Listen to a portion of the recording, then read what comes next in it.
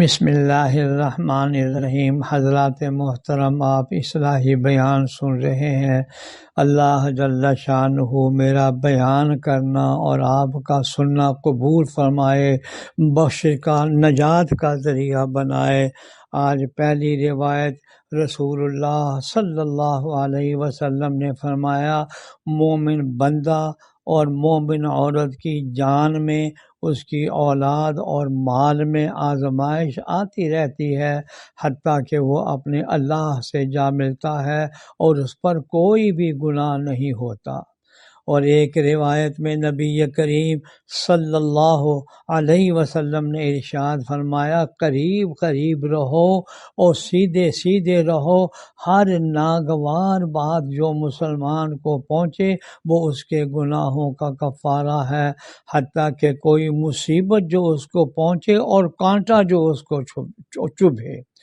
حضرت عائشہ سے مروی ہے کہ رسول اللہ صلی اللہ علیہ وسلم نے ارشاد فرمایا، جو بھی مصیبت کسی مسلمان کو پہنچے، اللہ اس مصیبت کو مسلمان کے لیے گناہوں کا کفارہ بنا دیتے ہیں، حتیٰ کہ کانٹا بھی چبھ جائے۔ یہ بخاری اور مسلم کی متفق علیہ حدیث ہے۔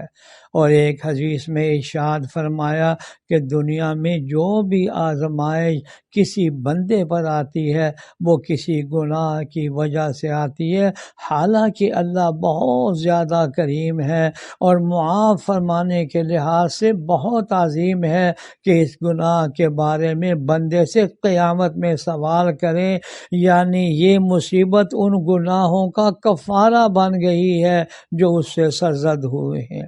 اسی طرح ایک روایت میں ہے، رسول اللہ صلی اللہ علیہ وسلم نے ارشاد فرمایا کہ پھسل کر گرنا اور رگ کا پھڑکنا، کسی لکڑی وغیرہ سے خراش کا لگنا، یہ تمہارے اعمال کی بنا پر ہے، اور جو اللہ معاف فرماتے ہیں وہ بہت زیادہ ہے۔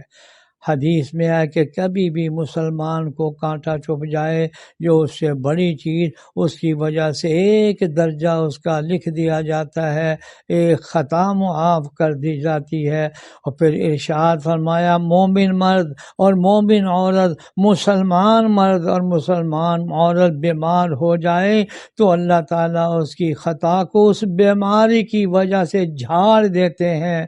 اور ایک روایت میں یوں آتا ہے کہ اللہ تعالیٰ اس کی خطاؤں کو جھاڑ دیتے ہیں۔ یا اللہ ہمیں تمام گناہوں سے معافی عطا فرما دیجئے، آمین یا رب۔